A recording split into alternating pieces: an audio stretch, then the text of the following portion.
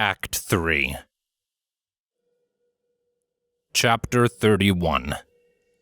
Last Man Standing. I wasn't sure what it was that woke me up. The steady drone of beepings to my side, the light trying to force its way through the crack of my eyelid, the dull ache that blanketed my body, or some culmination of all these things. Regardless of what caused it, they were all forcing me from getting any more rest. My body felt as though it had been run through a meat grinder and sloppily stitched back together. Only my left eye could open fully. As my brow and lips twitched, I could feel something covering the right of my face, splitting down the middle and wrapping around the top of my head.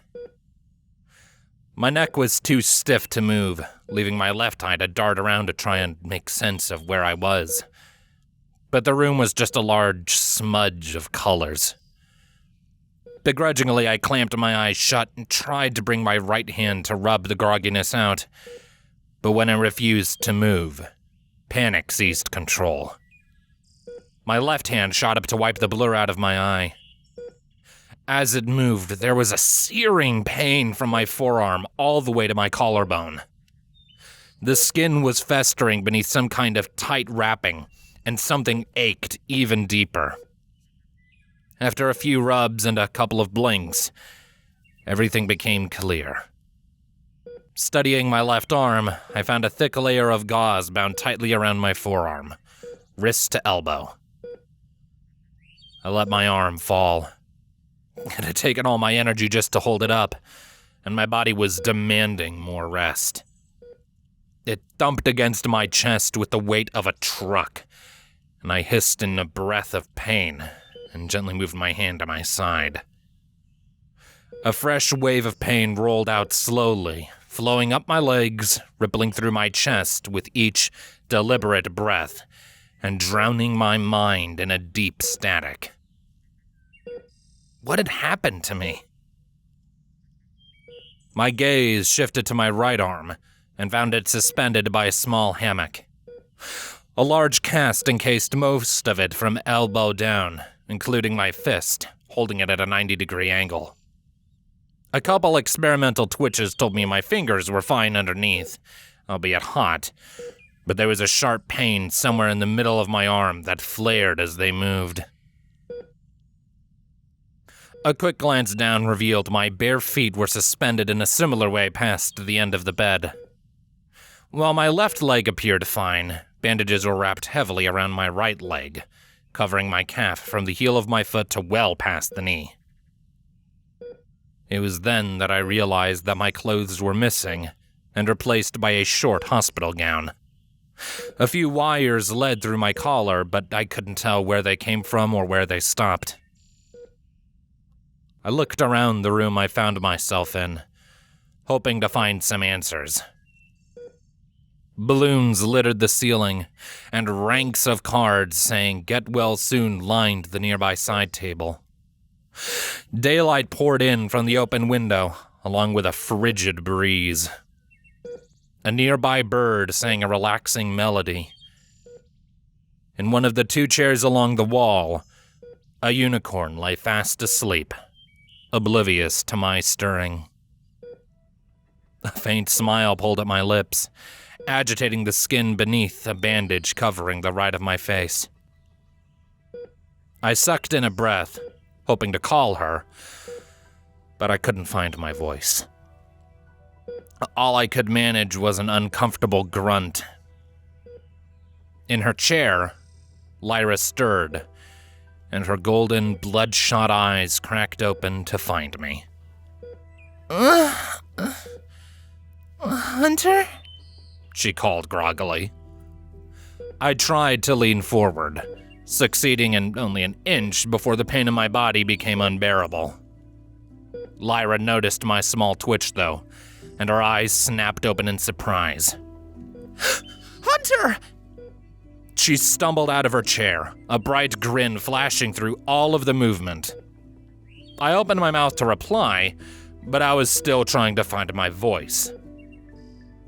As Lyra came to the left edge of the bed, I lifted my hand to reach her. She grabbed it with a huff, and for a moment, all felt right with the world, save for the terrible ache that blanketed my body. But as a moment passed, her happy demeanor hesitated. She opened her mouth, searching for the right words. Her smile faded. Something boiled behind her bloodshot eyes, and her grip suddenly tightened around my fingers, and I found myself fighting back a wince. You are so lucky. She spoke slowly, and her words didn't carry any warmth.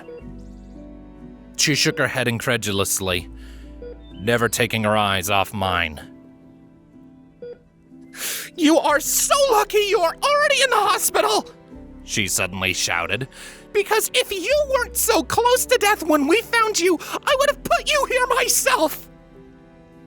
I tried to jerk away, but between the immobilizing stiffness of my body and the heat of her glare, I was helpless. My eyes couldn't tear themselves away from hers, distracted only once as a small teardrop burned a trail from the corner of her eye. I don't even know if I'm happy you're alive or so angry that you nearly killed yourself in that stunt, she continued to rant. I mean, what were you thinking? Even for you, that was a really boneheaded move. As she shouted, memories of Nightmare Night flooded in with overwhelming force, demanding my attention. I relived each moment in the span of a second. The hayride, the wolves, town hall, the Everfree, the castle, Thorn, the portal. The portal! I thrashed in the bed, pulling my arm away from Lyra. Adrenaline forced the grogginess out of my system and wrestled against the pain. With all of the energy coursing through me, though, my body couldn't match it. Every muscle, every bone was fatigued, and each twitch was met with an explosion of agony that threatened to drown me. I still couldn't sit up, much less delicately pull my arm and legs out of their hanging supports. My eyes turned to Lyra, and she must have seen the wild drive beneath them. Her anger had evaporated, leaving behind concern. I opened my mouth to speak and was finally able to croak out one weak word. Lyra. Hey, cut it out, she stammered. She put a cuff carefully over my chest, hoping to calm me down. A groan pushed out of my lips through the pressure. You're going to hurt yourself more. I wasn't seriously mad at you, I swear. She didn't understand, and my racing mind wouldn't slow down to explain myself properly. The portal. My voice was hoarse, so much so that I feared she wouldn't understand.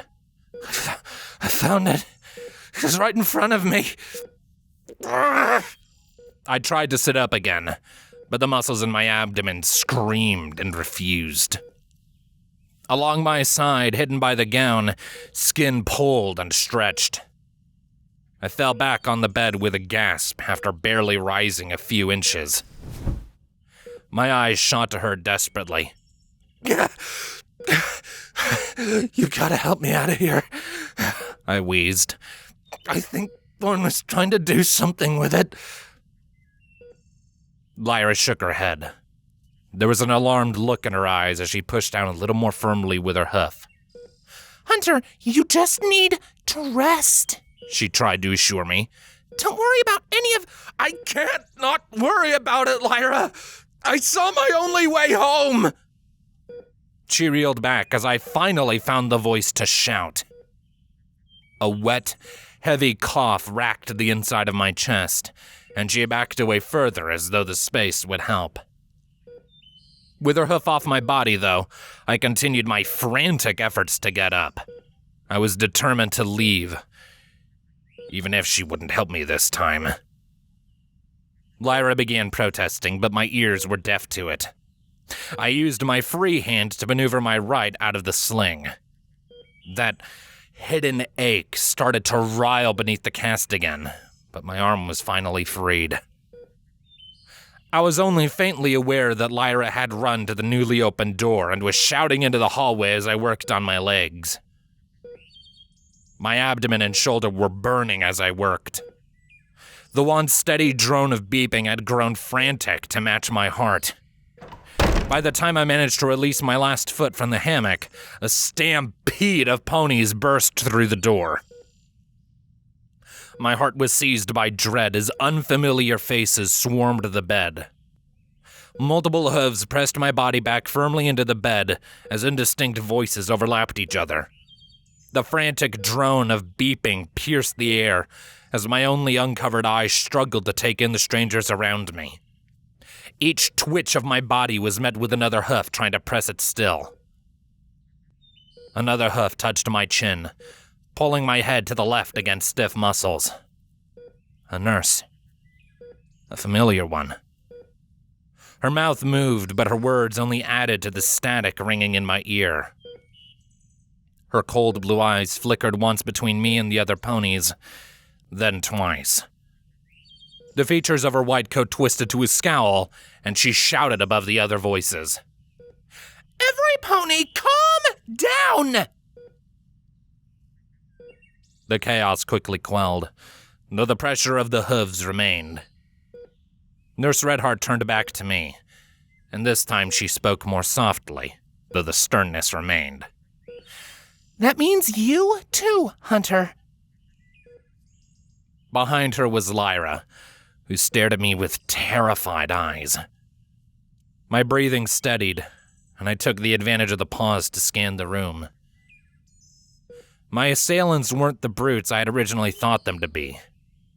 They were doctors and nurses, scrawny bodies hidden beneath white lab coats and blue scrubs. They still looked as frightened of me as I was earlier of them. I swallowed a lump in my throat and gasped for a quick breath, turning to Redheart. I want to leave. One of the doctors spoke before the nurse could reply. You need to stay here. My attention shot to him, and he shrank back. Am I a prisoner here again? I challenged him through grit teeth. No, you're a patient, Redheart assured me. You were barely alive after the princess brought you here Nightmare Night.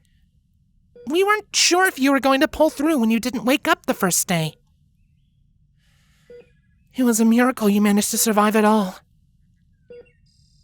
There was no mistaking the agitation growing in her voice. And as she spoke, I became more aware of the throbbing ache that consumed my body, head to toe. I still can't stay here, I insisted. My ragged voice was nearing begging. You don't understand. The portal home, I saw it. I shook my head, trying to ignore the festering pain on the right side of my face. Thorn was trying to close it. I think for good. I need to make sure he didn't. From the doorway, someone else cut in. Worry not over Thorn and his scheming, Hunter. Princess Luna stood at the entrance of the room. With a wince, she managed to hobble inside. One of her forelegs was bound in gauze against her body, held in place by a sling around her neck. Bandages covered patches of her fur, one over her muzzle, another by the temple, more down her neck and back. He won't be threatening you anymore, she said grimly. After a pause. Or any pony else, for that matter. The room went rigid, then more so when the princess's sister came in tow behind her. Princess Celestia stood tall above everyone else. Even in the still air of the room, her mane was flowing, covering one of her eyes. The others scanned intensely across the room, crossing over and then eventually falling on me. Her face was a stone mask, unmoving as she took in each detail. Eventually, she took in a deep breath, and the illusion shattered as her nostrils flared. She spoke curtly. Release your hold on our guest. The pressure of the doctor's and nurse's heads was swiftly removed before she finished. Even though her command was satisfied, her calculating gaze apparently was not. I dared to break the smothering silence that followed. What did you mean by that? I asked Princess Luna. Is Thorn? He's gone, She affirmed for me with a solemn nod. reduced to little more than splinters. And a few larger, more recognizable pieces. Her gaze was focused on the bed beneath me. As she spoke, there was a controlled formality to her tone, faltering only at the end to hint at the emotion she was truly feeling with the news. I had to remind myself of all that she had said that night, even though I couldn't have been happier about the news. She lifted her eyes to meet mine. His body seemed to have taken the brunt of the explosion, cushioning you from the worst of it. I was troubled over the princess's words. My memories were scrambling to explain, but I couldn't recall anything about what she had said. A frown spread across my face, quickly transforming into a grimace as hidden wounds wrinkled and stretched. What explosion? We were hoping you could tell us, Princess Luna replied. Twilight and her friends had explained their accounts of Nightmare Night as best as they could. Her sister started. Her features softened, and her formal voice melted to a more sympathetic one. You were very brave, Hunter. Far braver than any pony could have asked you to be. However, we fear we still don't fully understand exactly what happened, Princess Luna added. We were hoping you could provide some answers. So long as you feel up for it, of course. The princesses waited expectantly for me to respond. I was still coming out of a daze from this whole situation, but the relative calm had eased the storm in my mind. Urgency was still nipping at my thoughts. I told myself that the sooner this was resolved, the sooner the princesses could help. I tried to nod. A difficult task, lying down with a stiff neck, but they seemed relieved. I cleared my throat, rattling something in my chest in the process.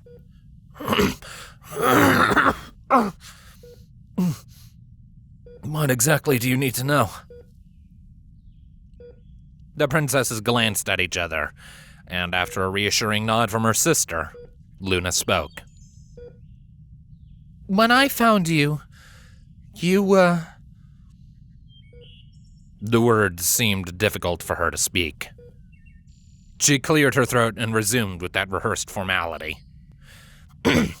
You were fighting Thorn. All we know of what happened before is what your friends told us, and unfortunately, that information ends when you ran off by yourself. Did you know where you were running to? Princess Celestia asked delicately. My words were briefly caught in my throat. I could feel Lyra's gaze on me, but I couldn't build up the nerve to look back. A sense of guilt began to gnaw within as I admitted. No, I was running blind. The room stirred uncomfortably at my confession. Not wanting anyone to dwell on it, I continued. I ran as far as I could, but then I ran into something. I sucked in a breath, hoping to convey the gravity of what I was about to say. It was the portal. There was a heavy pause. The sisters were troubled, seemingly digesting the information. The doctors and nurses were silent, bystanders in a dialogue that was starting to feel private. This time, Princess Celestia broke the silence. She spoke as though she were stepping on eggshells. Are you sure that's what it was?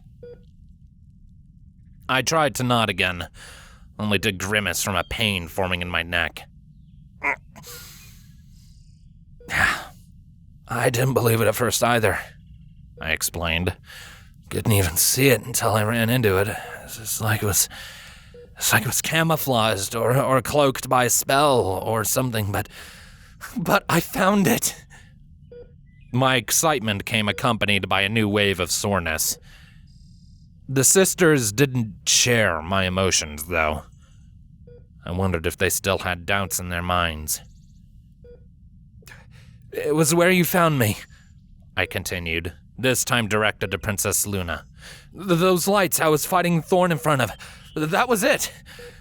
We finally found it. The words choked in my throat. I almost couldn't believe I was saying it. I can finally go home.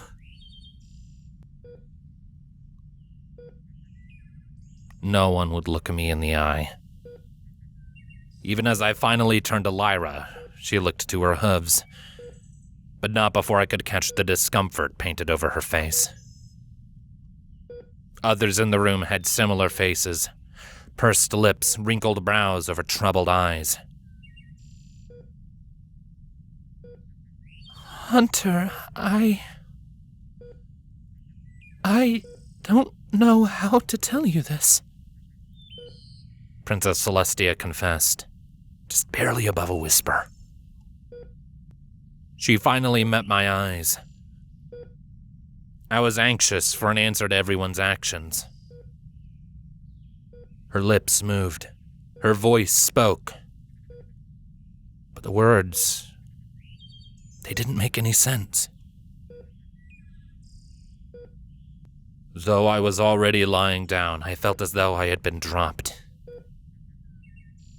For once, the pain subsided as my body went numb.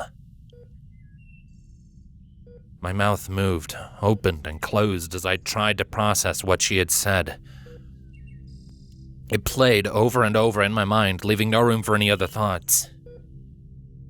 Finally, words came to me.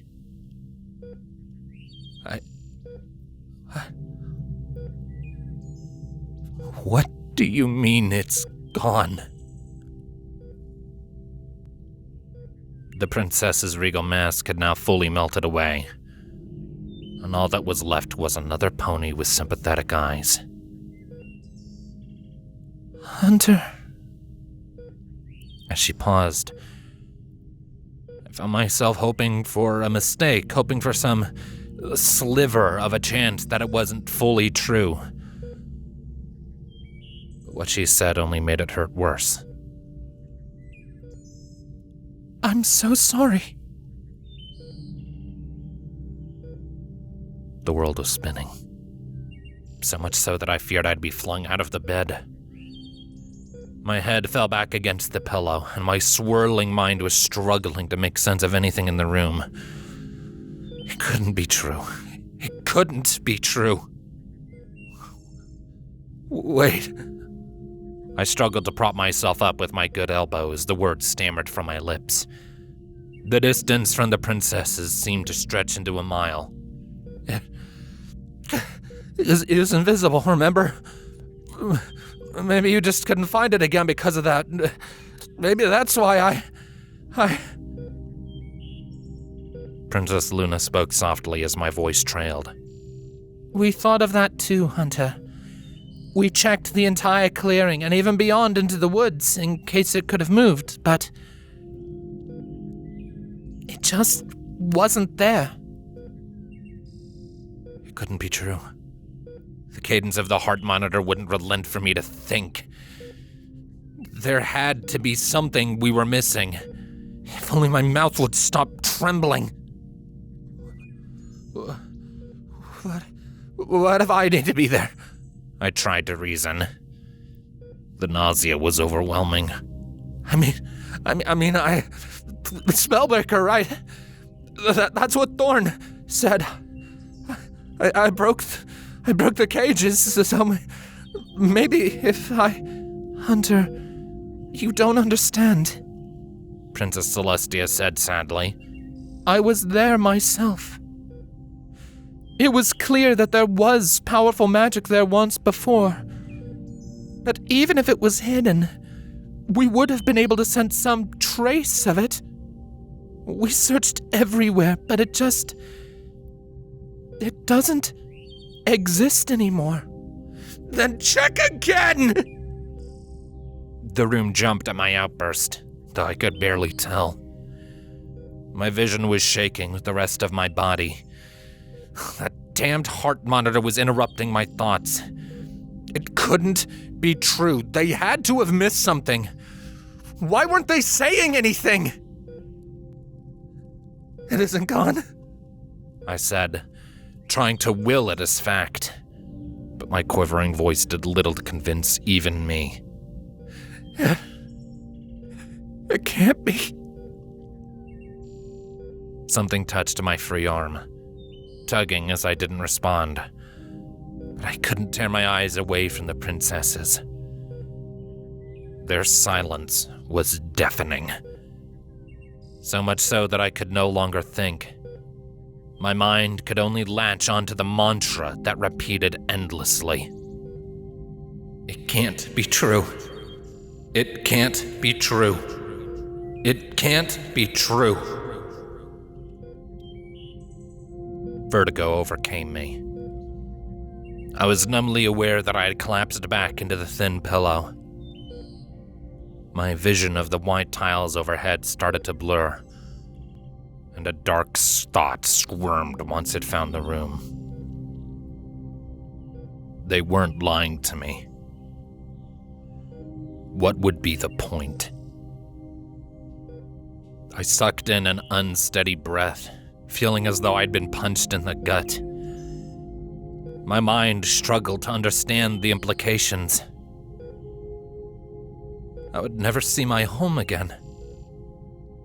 I'd unknowingly seen lifelong friends for the last time.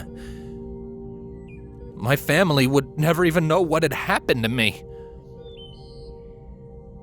Something was crawling up my throat. The pressure made it impossible to breathe. My free hand probed at my collar, found nothing to free the pressure, and traveled up to my head. Fingers wormed beneath the bandages of my hairline, hoping to ease the chaos beneath. What was the last thing I'd said to them? The question was a burning inferno in my head and demanded an answer. I frantically searched through my memories. It wasn't so long ago, right? Why couldn't I remember it? That damn stupid thing I said when my dad wished me good luck. One hand wasn't enough. My right hand, still encased in a cast, arm still bent at an odd angle, rubbed hopelessly against my temple. Something snapped loose, and my left hand pushed further beneath the bandages and up my scalp, pulling at my hair to vainly tug my thoughts away. The pressure in my throat was building, some primal emotion I never knew existed. I would never see my home again. I was hopelessly lost in this world, and as far as I knew, the only human in its existence. My core caved inwards, and a loneliness I can't even begin to describe began to crush me. The pressure released. The resounding scream ran my throat dry. It died only as the wind left my lungs. I almost didn't have the strength to breathe back in. Damaged skin pulled at itself as my body stretched and shuddered, trying to channel this thing out of me. But the pain was only gasoline thrown into the burning maelstrom. Familiar voices were calling my name, trying to calm me down. Though I knew it somewhere in the chaos that it was Lyra and Redheart, I couldn't see them through the burning flood of tears. An eternity passed like that. The storm eventually passed, leaving me a shivering mess as I lay in the bed. Redheart brought a tissue to clean my good eye, and Lyra had a comforting hold around my hand. I only just realized how tight my grip around her was, and I carefully pulled my fingers back. Lyra never protested. Between shuddering breaths, I glanced across the room, careful not to meet anybody in the eye. It wasn't difficult. Most of the doctors had left already. Those that remained appeared either too uncomfortable to move or too unsure if they needed to stay. Both of the princesses stayed. After a while, Princess Luna stepped forward to speak. What has happened to you is a terrible thing, Hunter. If there is anything my sister and I can do to help you, please, you must only ask it of us. I nearly responded, a half-hearted nod that I was sure would have sufficed.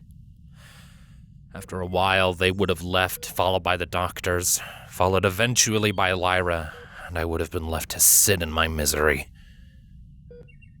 But her words floated in my now empty head. They twirled round and around in an imaginary breeze before settling on the remaining bed of smoldering embers. It was there I was able to pick at them, to fully understand what she had said. The tinder caught fire, but this time it wasn't a crushing despair that rolled over me. A question burned in my mind, demanding an answer. My jaw locked itself in place, and it seeped through my teeth in a low growl. Where were you? The response wasn't immediate. Questioningly, cautiously, the princess spoke up. I'm sorry? She asked. Beneath the bandages on the right of my face, torn skin festered as the sore muscles beneath pulled into a grimace. I sucked in an unsteady breath, shuffled my broken body, and propped myself up with the elbow of my good arm.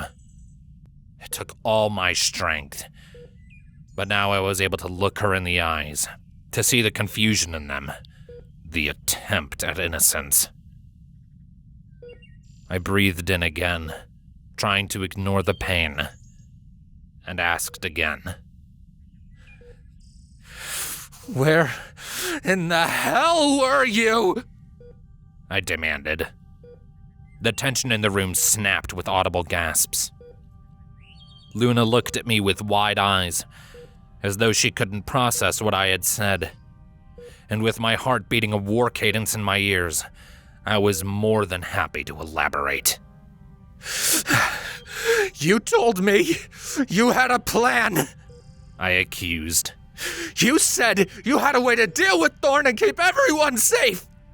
You said all it would take from me was a leisurely stroll into the forest and back. And do you know what happened? I was chased through the woods by a pack of wolves, wounded. I ended up freeing all the prisoners myself. And the icing on the fucking cake, Thorn caught me alone in the end anyway. My spiel ended as an intrusive cough cut me off. The shouting ran my throat dry again. The princess's shock was devolving into something near indignation, betrayed by a twitch along her lips and the flicking of her ears. Still no answer. Would I have to pry it out of her? Where were you that night? I demanded once more with a hoarse voice. Luna's eyes briefly reflected my own anger before she pressed her lips into a stern line. We came here to offer our condolences, She said in a controlled tone. not to be interrogated. An indignant snort escaped my nostrils. Is that your excuse? I sneered incredulously. If my sister and I could have the room with Hunter, Princess Celestia interjected. alone, She didn't have to add the last part. The few doctors and nurses remaining were already stampeding for the door. Though my eyes were locked on Luna's, I could still see them shoving past each other to exit the door behind her. Luna's nostrils flared. you were supposed to be in Ponyville. She noted accusingly. It became too dangerous and I sent you back. That was the plan. If I had known you were still in the forest... What? You would have actually tried to stop Thorn? I cut in. When I said alone, I meant you as well, Lyra. Princess Celestia set off to one side. But... Lyra sputtered. I can't just... Don't be ridiculous. Luna chastised me. Thorn had obviously planned for a confrontation. And you didn't? I shouted. Please, Lyra. Celestia begged. And at that moment, I whipped my attention to her. Why shouldn't she stay? I demanded. Too afraid she'll realize how much of a royal mess this whole situation was? Hunter! Though I could feel Lyra's eyes burrowing into me, I kept mine locked on the princess's. Even with the shock and hurt in her tone, I couldn't bring myself to look at her. There was a fire raging in my skull, and I couldn't imagine what I would say or do if Lyra fell within the crosshairs. I sat rigid, shaking only from the effort of supporting myself. After it became clear that I wouldn't turn to her, Lyra made a soft, indistinguishable noise and walked to the door, trying to steal a glimpse of my uncovered eye. The door sealed itself behind her, and then there were three. Finally, Princess Celestia spoke. You're angry. She said cautiously, winning a scoff out of me. And rightly so. You've survived terrifying events on... For some reason, she struggled to say the words. that night. She paused, expecting me to say something. At first, all I could do was weakly shake my head. Then the words found their way through my grit teeth in a growl. Angry? I echoed incredulously. Angry barely scratches the surface of how I feel. I don't even know if there is a word to describe it. In an annoyingly calm tone, she responded. Try to, if you can. It might help. My glare lingered on her before focusing on the desks beside her. You're not my school counselor, princess, I huffed. I don't have to explain anything to you. Don't you point your ire at my sister. Luna snapped. This feud is between the two of us. My sister has done no wrong by you. Oh, she hasn't? I asked sarcastically. Celestia raised an eyebrow to challenge, and I met it with a glare. You led me on, I growled. You made me think it was safe for me to stay in this town, right next to the forest with a mad dog that was trying to kill me. We did not know Thorn was still alive. Princess Celestia reasoned. Nor that he was hunting you. It has been over 1,000 years since... She suddenly choked, and her eyes widened for a moment. Keeping her mask intact, she swallowed the lump in her throat and continued. Since we had seen him... No pony expected him to be alive. Her sister stepped in. I've explained this to you before. And I explained it to you, that it was a bad idea to have a hayride through the Everfree. I shot back. My supporting arm was growing weak. It shifted beneath me, and I winced as a pain shot through my side. The sisters were quiet, either from a loss of words or to allow me to regain my composure, and I didn't know which would be more frustrating. I explained it was a bad idea, I repeated, breathless from the pain. But you convinced me it was safe. Look at me! Look at what I had to go through because of you! Luna tried to hide herself behind a stoic mask, but in her eyes was a stronger emotion. Anger or sadness or sympathy. I couldn't tell what it was, only that it was not enough. Look at your guards, I spat. Celestia snapped out a wing in front of her sister, pressing it against her body to hold her back. Luna's face twisted with a fury that was so inexplicably satisfying to see. She opened her mouth to speak, sucked in a breath to shout, but Celestia moved her wing higher to cover her sister's mouth. We never could have seen a disaster like this coming, Hunter, Celestia said in a strained calm. Good ponies have suffered and died for our mistakes. She paused, the muscles around her jaw tensing before continuing. And a good human has suffered for our mistakes. Yet again. Believe me when I say that it haunts our consciousnesses. We beg this not for our sake, but for yours. I beg this. Is there anything we can do to ease the suffering that we have caused? She dropped her wing, and behind it, Luna had managed to regain some of her composure. Hints of the same fire inside me burned through the cracks in it. Nevertheless, she and her sister waited expectantly for an answer. And for once, I decided to give that question some thought. Or at least, pretend that I was. There was only one thing they could give me. And I knew the answer to it even as I hissed through my teeth. You can find the portal to my home. Celestia deflated, her eyes begging for anything else. Hunter, we can't.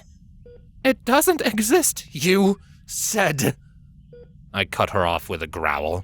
No, you promised everything in your power to. We're not gods, Hunter! Desperation cracked Celestia's voice, and her words hung in the air between us. As the fallout settled, the fact that was never really hidden was laid bare for all to see. My suspicions confirmed. I let out a joyless snort. No. No, of course not, I said, determined to get in one last jab before succumbing to defeat. You're just like the rest of them. After a moment passed, Luna spoke. And what does that mean? Just like them.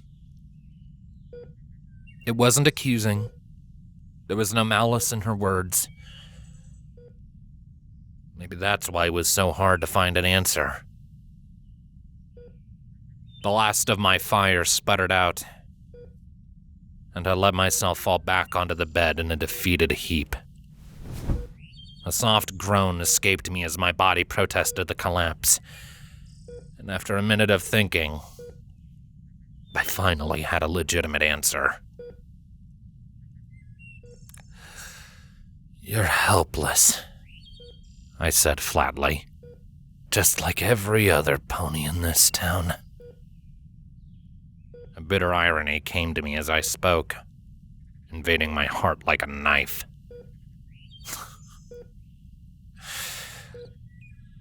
"Just like me," I finally admitted. A heavy silence fell over the room, broken only by the lone songbird somewhere out the opened window, oblivious to the explosive verbal war waged in this room. It was so frustrating the way this world carried on, as though nothing had happened.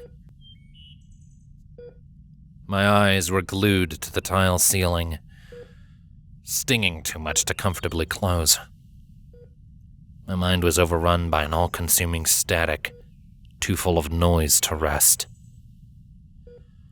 How desperately I wanted to rest now. At the end of my bed, the sisters spoke quietly to each other. Not quite a whisper, but I was too exhausted to care to listen. Why wouldn't they just leave me alone now? What was left to talk about? After a minute passed, it seemed my silent prayers would be answered. Hooves clattered against the door. Hinges squealed as they moved. A door closed shut.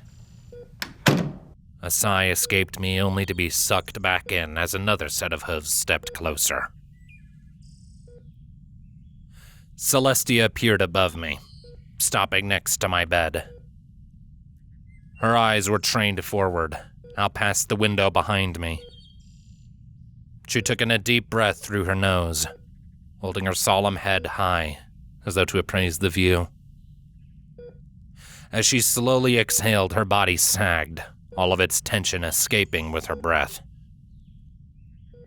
The corner of her lips twitched just slightly upwards, as she continued to stare outside.